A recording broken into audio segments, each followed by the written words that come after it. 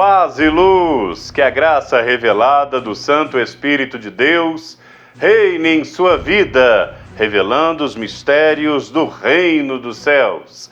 Hoje vamos ao capítulo 7 do livro do nosso apóstolo, O Poder do Domínio. O capítulo 7 é muito forte e foi dividido em 3 partes. Hoje vamos à primeira. E você, está aprendendo com o curso de Vida Profunda com Deus, O Poder do Domínio? Envie sua mensagem de voz, de texto.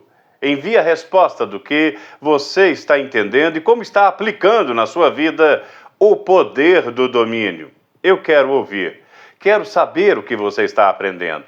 Aliás, aqueles que têm a coragem de dizer o que aprendem, eles não só firmam o conhecimento, como também ajudam outros que precisam entender mais. Porque o Espírito de Deus, ele revela para cada um de uma forma. É o mesmo conteúdo, mas pela revelação do Espírito, que é extraordinária, nós vemos por prismas diferentes. São como os evangelhos. Todos os evangelhos trataram da mesma coisa: a vida, ministério, a mensagem de Jesus. Mas cada um dos apóstolos, cada um daqueles que escreveram, como Mateus, Marcos, Lucas ou João, viram de uma forma, pois a eles foi revelado pela forma que o Espírito tratava com eles. Da mesma maneira que o Espírito de Deus trata com você. Esta é a liberdade que temos no reino dos céus, de não seguirmos uma religião, mas a revelação do reino, do poder e da verdade que Jesus estabeleceu para mim e para você. Somos uma rocha viva e, como a apóstola canta e o apóstolo nos ensinou, inabaláveis, inabaláveis, inabaláveis, quando temos com ele uma aliança, um compromisso, uma ligação, uma unidade espiritual. E essa unidade começa no conhecimento. E o conhecimento, como eu sempre digo, faz toda a diferença. Vamos agora ao capítulo 7, mas antes, orar, porque é o Espírito de Deus quem vai dirigir esta aula.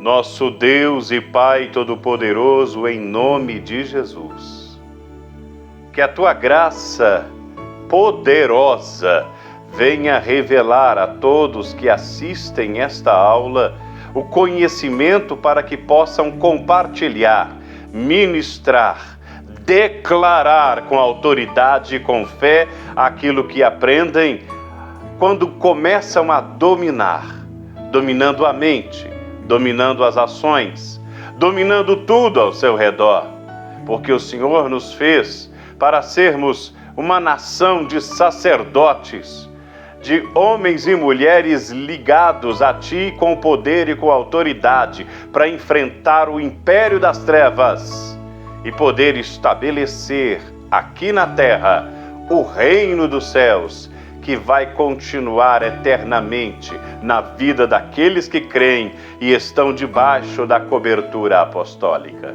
Em nome de Jesus, te agradeço pela vida do nosso apóstolo primaz, Adelino de Carvalho, que foi revelado com as palavras deste livro. Te agradeço pela apóstola Sol, Daniela Carvalho, que vem adquirindo cada vez mais o poder e a autoridade para liderar esta obra em todo o Brasil e no mundo. Agradeço pela vida dos bispos que vêm apoiando o conhecimento, os profetas, profetisas e todos aqueles que nas quartas-feiras se reúnem para apregoar o curso e o estudo bíblico. Em nome de Jesus, que assim seja. Amém. Graças a Deus. Entramos no mês de junho, um mês conhecidamente pesado espiritualmente, pois ele encabeça a trindade do diabo, tridente do diabo, que tenta se igualar a Deus, se dividindo nas 3 formas, que eu vou falar futuramente sobre isso.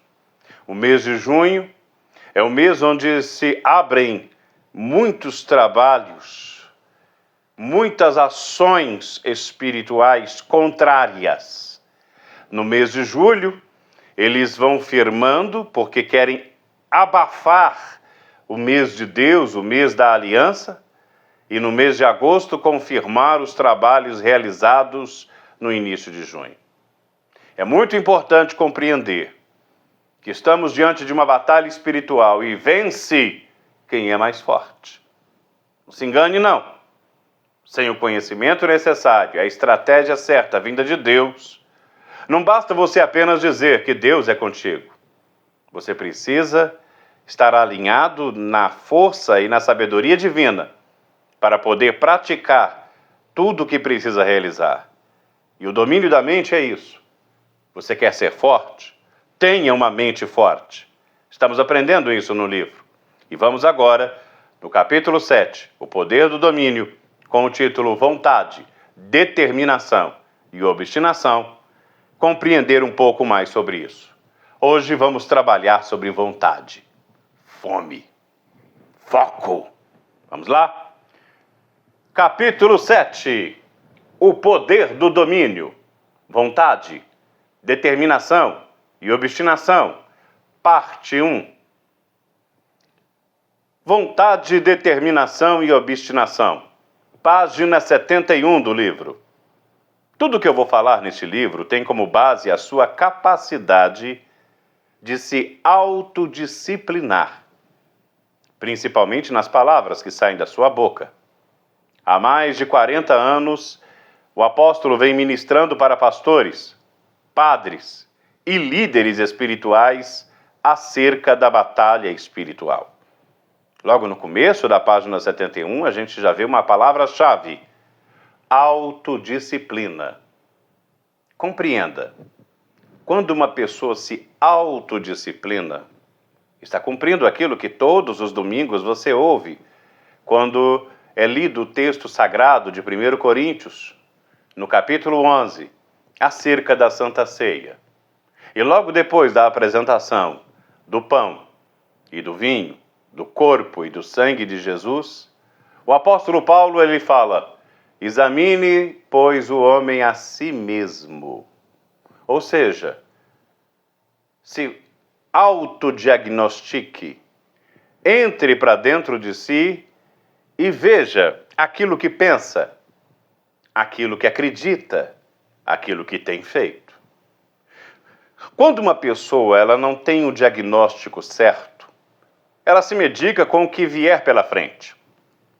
Então ela toma um remédio que é para dor de cabeça, sendo que ela está enfrentando um problema mais profundo. Às vezes ela tem um problema nos olhos. É talvez um estigmatismo, uma catarata, uma miopia. E isso gera dor de cabeça. Mas se a pessoa não diagnosticar exatamente que ela tem aquele problema, ela não vai tratar corretamente. Ela vai achar que é uma enxaqueca, que é uma dor de cabeça corriqueira causada pela alimentação, pelo dia a dia, pelo estresse, pela ansiedade. E ela não vai tratar do problema, do foco do problema, da raiz do problema, que são os olhos. Entende o que eu estou falando? Espiritualmente é a mesma coisa. A maioria das pessoas tentam enfrentar uma batalha espiritual assim, na carne. Até porque alguns não sabem que estão enfrentando uma batalha espiritual. Eles acham que é coisa do dia a dia. É uma dívida. É talvez um problema com o filho. Isso acontece. Talvez uma sucessão de desgraças e tragédias. Quebra as coisas em casa, as coisas quebram na rua, tudo que a pessoa põe a mão dá errado, tudo que ela vai fazer anda para trás. Uma pessoa que é infeliz no amor, ela vai achar que, na realidade, homem nenhum presta, mulher nenhuma presta. E sem perceber que o que está acontecendo com ela é um ataque espiritual. Observe essa anotação que eu fiz. A maldade está no mundo e você não pode vacilar, permitindo que o império das trevas avance sobre sua vida, sua família e sobre aqueles que você ama. Você precisa pisar no inimigo para que ele não pise em você. Assim diz o Senhor: colocarei os vossos inimigos debaixo dos vossos pés. Deus prometeu te dar força espiritual e esvaziar os seus inimigos de todo e qualquer mal que eles tenham a intenção de jogar sobre a sua vida. Diz a palavra de Deus: tirarei a força dos seus inimigos e te darei poder para pisar serpentes e escorpiões. Vemos isso no Evangelho de Lucas, no capítulo 10, no versículo 19. No mundo espiritual, vence quem é mais forte. Ou você se levanta com a autoridade de Deus para pisar em seus inimigos, ou eles vão pisar em você. Por isso, nós, desta igreja forte, entendemos a seriedade do que acontece nos dias de hoje. Nosso apóstolo treinou uma equipe de profetas e profetisas especializados em batalha espiritual e utilizam de todos os meios espirituais para enfrentar o inimigo. Porque não adianta apenas dar ordem para o bicho sair, você tem que arrasar com ele. É por isso a palmilha de fogo, onde no Salmo 110, versículo 1, é declarado: colocarei os teus inimigos debaixo dos teus pés. E justamente nesse mês, que é o mês 6, que relembra, que nos remete ao 666, o número da besta, que é um sinal de destruição. E, aliás, o número 666, de acordo com a numerologia bíblica, é um número da afronta a tudo que é de luz, a tudo que é de Deus. Então, o que você faz? Da mesma forma, usando a analogia do joelho, quando você se ajoelha diante de Deus, o que você está dizendo? Você está se submetendo em oração, se humilhando. O joelho é espiritual? Não. O joelho é físico. Mas a atitude, ela abala o mundo espiritual. Da mesma forma, quando uma pessoa se coloca de pé e, ao utilizar a palmilha de fogo, ela coloca nos pés e declara ali, debaixo dos pés dela, o inimigo. É um ato profético poderoso. Por isso, sexta-feira 13, a única sexta-feira 13 do ano de 2025, será um dia focal, um dia de grande força espiritual para quem quer derrotar o inimigo. E você que está assistindo esta aula precisa mobilizar o seu santuário, mobilizar todos que você conhece, para sexta-feira 13, realizarem diante do altar uma declaração de guerra para derrubar o inimigo, em nome de Jesus. Voltando agora para a aula, página 71 ainda. O fundamento do poder espiritual está na renovação da mente, que promove a transformação da vida de uma pessoa. Tudo acontece dentro da nossa cabeça. Se você mudar e dominar a sua forma de pensar, sua vida mudará completamente. O objetivo deste livro é provocar uma mudança total na sua forma de ver, ouvir, pensar, falar e conviver. Saiba escolher o que vai te fazer bem, ouvir e tenha domínio sobre os seus pensamentos, não deixando a sua mente ser tomada por pensamentos negativos. Seja vigilante para não falar palavras que te comprometam espiritualmente. Todo perdedor não tem tempo para refletir sobre os seus erros e acertos. Vou continuar a falar do perdedor, mas eu quero parar um pouquinho aqui. Preste atenção. Quando uma pessoa ela começa a se autodisciplinar, ela começa a controlar aquilo que ela fala. Mas esse controle começa bem antes do que ela vai falar, mas aquilo que ela vai ouvir. Uma pessoa que logo pela manhã começa a praguejar, porque vê no noticiário que a violência é grande, que as atrocidades cometidas no mundo são enormes, que o governo acabou de aumentar a tarifa de um imposto de um alimento e de que existem grandes números de feminicídios, a marginalidade toma conta, a corrupção, golpes. Então, o que a pessoa logo de manhã ela vai ter? Ela vai ter todo esse alimento ruim, estragando a sua mente. Não estou dizendo para você não ficar informado, mas pela manhã, o primeiro alimento que você tem que ter tem que ser a palavra de Deus. Por isso, sabiamente, o Espírito de Deus levantou nossos apóstolos para orar de madrugada. É justamente o horário que talvez ninguém dava atenção, mas é o horário em que a gente acorda para fazer a oração. E uma coisa, eu não só oro de madrugada, mas também oro durante a manhã. A primeira coisa que eu ouço quando estou cuidando dos meus afazeres diários e preparando o que eu vou fazer da minha agenda é ouvir o meu apóstolo, ouvir a minha apóstola, ouvir os profetas por eles designados, que trazem uma mensagem de esperança, uma mensagem de fé. É fazer o meu devocional dentro daquilo que eu aprendi. E aí sim, eu vou ter um domínio maior sobre as palavras. Uma pessoa que xinga muito quando está sozinha, fica difícil quando ela está no meio dos outros, ela não xingar. Já parou para pensar nisso? Uma pessoa que é muito pessimista e é muito reclamona ou murmuradora, ela às vezes tem um amigo que é murmurador e ela gosta de conversar com esse amigo, a tendência dela é só fazer isso. Então o que você tem que fazer agora? É se autoexaminar e começar a observar quem está te prejudicando. Tem pessoas que para mim é bom dia, boa tarde ou boa noite. Não porque eu não gosto delas, mas porque a conversa delas é ruim para mim.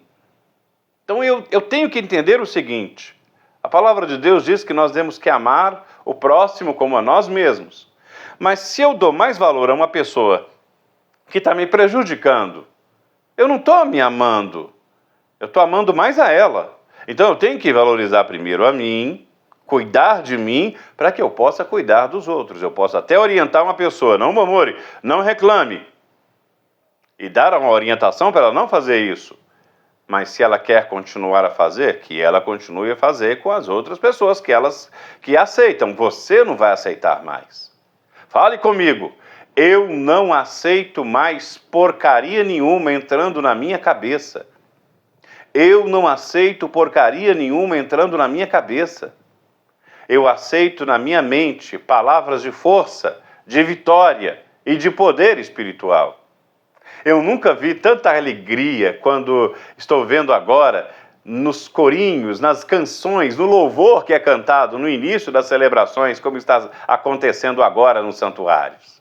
Agora mesmo, no curso, antes de abrir o curso, antes de, nessa quarta-feira, abrir agora a aula, vai estar no altar o profeta, a profetisa, os irmãos cantando o corinho de fé, de alegria, de levante espiritual.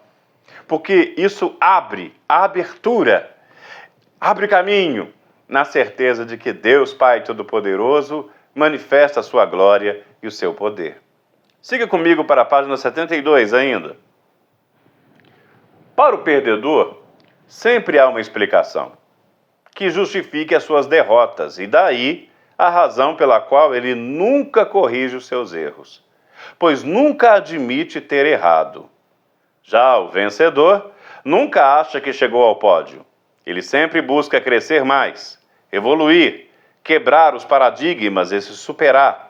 A força espiritual está no poder da mente da pessoa. Mude a sua forma de ver, ouvir, pensar, falar e conviver. Assim como diz a palavra de Deus em Romanos 12:2.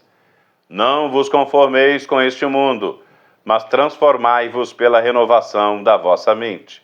Aqui eu te cito: ou você muda, ou tudo se repete. Observe comigo mais uma vez e compreenda que quando você quer uma determinada coisa, ô meu bispo, eu quero isso para mim. Então entenda que não vai ter atalhos. Estudamos isso no livro da nossa apóstola, A Ciência da Fé. Não existe atalho. Se atalho fosse bom, seria caminho. Então, se não tem atalhos, às vezes o caminho pode ser difícil. Você vai ter que acordar cedo, Você vai ter que chegar no horário. Você vai ter que levar a sério a sua vida e intimidade com Deus. Você vai ter que educar a sua mente a acreditar em você. Sério. Tem pessoas que a própria mente dela não acredita nela, porque todas as vezes que ela fala que vai fazer uma coisa, ela não faz. Ela faz um voto e não cumpre. Marca que vai chegar no horário e não chega. Fala que vai fazer uma determinada coisa e não faz. E a vida, ela é estabelecida por metas. Não é assim, se der eu faço hoje. Isso aí é um descontrole, isso não é domínio. Mas quando você estabelece, quarta-feira eu vou fazer isso, quinta-feira eu vou fazer isso, eu vou realizar esse trabalho forte, eu vou subir a escada de Jacó, eu vou participar da dança profética, eu determino isso. Você está declarando. Se você começou a falar e você não faz, sua mente ela vai começar a duvidar. Toda vez que você falar assim, eu vou fazer isso, a sua mente vai dizer para você mesmo, você não vai. Você vai parar no meio do caminho. Então mude esse paradigma, mude esse hábito, mude essa maneira de pensar. Infelizmente, tem pessoas que elas gostam de explicar tudo. E aí que está o erro. Porque ela quer justificar que ela não conseguiu. Então ela chegou atrasada? Eu cheguei atrasada por causa do ônibus, por causa do Uber, por causa do carro. Então por que não saiu mais cedo? Eu não tive tempo para fazer a leitura do livro ou da Bíblia. Então por que não se organizou antes? Eu não fiz isso por causa do meu marido, não fiz isso por causa da minha esposa, não fiz isso por causa do meu filho. E você está jogando um peso sobre eles, dizendo que eles são um empecilho na sua vida. Tudo isso porque você não se organizou, não se preparou. Se você não tomar controle da sua vida, alguma coisa vai tomar. Entenda isso. O universo não pode ter espaço vazio. O próprio Satanás, ele sabe que se uma pessoa está vazia, ele volta. E volta com 7 espíritos piores que ele. E isso está na palavra de Deus. Então você tem que se encher. Se encher como? Fazendo o que tem de ser feito. Eu tenho que me organizar, porque se você não tomar controle da sua vida, alguma coisa vai tomar. E se você não mudar, tudo vai ser a mesma coisa. A definição de burrice e ignorância é repetir a mesma coisa que deu errado. Então, se você está fazendo tudo na sua vida e você está vendo que não está fluindo, não está evoluindo, então é hora de mudar. E dominar a sua mente, e dominar as suas ações, tomar o controle da sua história, tomar o controle da sua vida. Siga comigo. Página 73. Esta transformação vai depender exclusivamente de você querer tomar para si, cortando na carne e com um sacrifício fora do comum, de modo a transformar sua vontade de conquistar as coisas em determinação, e sua determinação em obstinação. Observe que são 3 patamares que você vai ter que galgar, ou seja, 3 degraus que você vai ter que subir. Primeiro, vontade, desejo eloquente da necessidade que você tem de realizar um sonho. No dizer do apóstolo Paulo, querer é poder. Diz a palavra de Deus, posso todas as coisas naquele que me fortalece. Filipenses 4, versículo 13. Mas não adianta só você querer. Você precisa determinar o que quer. A autodeterminação é impositiva e faz com que você se mova em direção à realização do seu sonho. Sonhar sem determinação é sonho de tolo. Eu estava lendo o texto sagrado em que Jesus diz, bem-aventurados que têm fome e sede de justiça. Sabe o que é fome? Fome é querer muito uma determinada coisa. Fome é querer demais. Fome é uma necessidade, se eu for olhar pelo lado primitivo do ser humano, é a necessidade de se encher rapidamente. Ou seja, se você não apagar aquela fome, ela vai aumentar. A maioria das pessoas não tem essa fome. não têm fome de vencer. Elas pararam e se estacionaram. Simplesmente disseram: eu acho que está bom. É aquela pessoa que para ela o salário mínimo dela está bom. Não estou desprezando quem ganha o salário mínimo, mas quem tem fome não quer apenas o salário mínimo. Ah, eu tenho hoje um casamento, mas o casamento não está legal. Então você quer um casamento feliz? Você quer um ministério de poder? Quer um ministério de fogo? Então você tem que ter essa fome, esse desejo, esse querer, porque todas as coisas são possíveis em Deus que nos fortalece. É aí que está o primeiro ponto do capítulo 7, vontade. Você tem que estar ao ponto de falar o seguinte: eu faço o que for preciso. Quando Deus chamou Abrão no caso, e disse para Abrão: Abrão, sai da terra dos teus pais, da tua família, e vai para onde eu te mostrarei. Você acha que Abrão seguiu simplesmente porque, é minha vontade de seguir essa voz, de seguir o que Deus falou? Não. Abrão não tinha filhos, estava casado com Sarai. Você deve estar notando que eu estou falando Abrão e não Abraão, porque até nesse momento ele não tinha mudado ainda de nome. É importante a gente dar o nome certo para as coisas. Até nesse momento ele ainda era o Abrão. E a esposa dele, Sarai. E todos ridicularizaram porque ele não tinha um filho. Todos os irmãos dele já tinham filhos e ele não. Ele tinha um sonho de ter o filho dele, de ter um legado, uma descendência que passasse para frente aquilo que ele tinha dentro dele, aquela seriedade, aquela fé que ele tinha. Então ele teve fome para falar o seguinte: eu vou fazer o que o Senhor me mandar. Minha vontade é sua. Então quando Deus deu a ordem para ele, ele foi.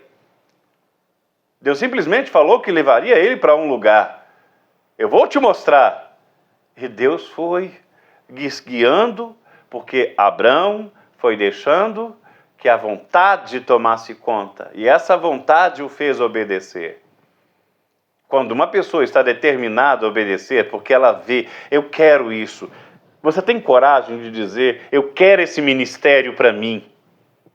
Eu quero esse poder para mim. Eu quero essa prosperidade para mim. Eu quero essa força para mim. Eu quero determinar e jogar esse inimigo por terra. Ouça agora essa anotação que eu fiz. Observe que na visão profética de Deus, ao profeta, os mortos ganharam vida, não para que cada um cuidasse de seus assuntos, mas para se tornar um exército. A vida vem do propósito incluído nela.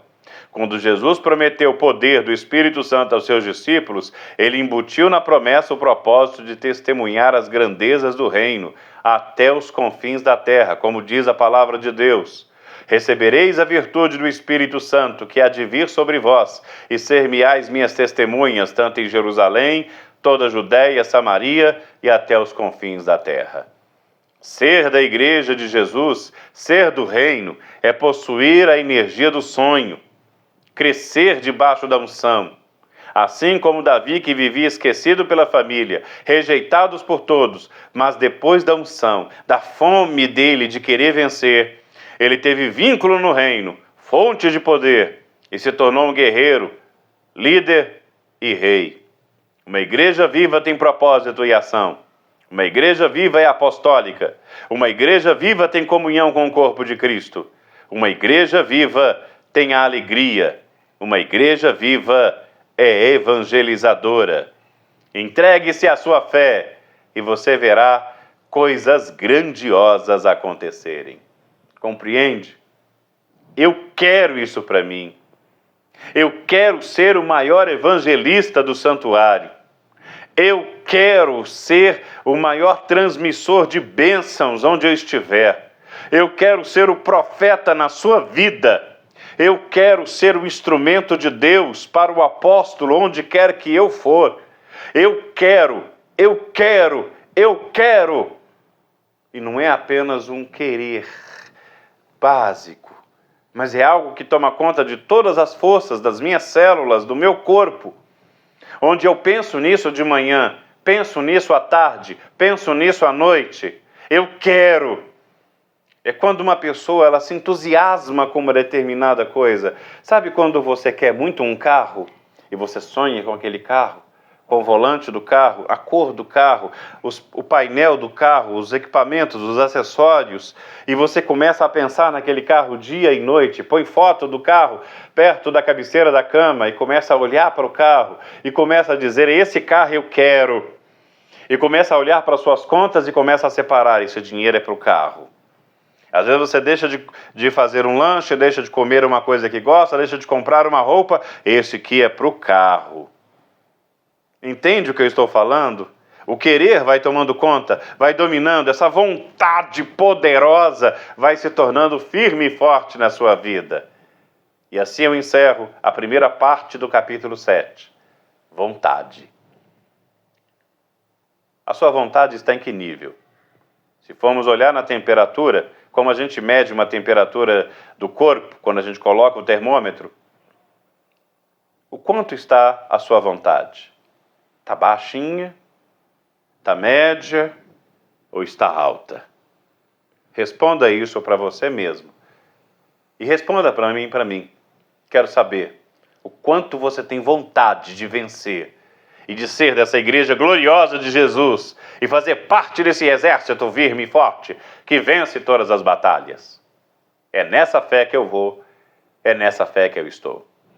Vamos lá? Para entender melhor o que aprendeu, escreva ou grave um áudio e envie no grupo. Dia 18 de junho, segunda parte do capítulo 7. Vontade, determinação e obstinação. Só que dessa vez vamos trabalhar a determinação. Que o Espírito de Deus abençoe a sua vida, que essa aula tenha contribuído no seu ministério, na sua vida, e você possa ministrar esta aula onde você estiver. Em nome de Jesus. Que o Espírito de Deus te abençoe. Um forte abraço. Paz e luz para você.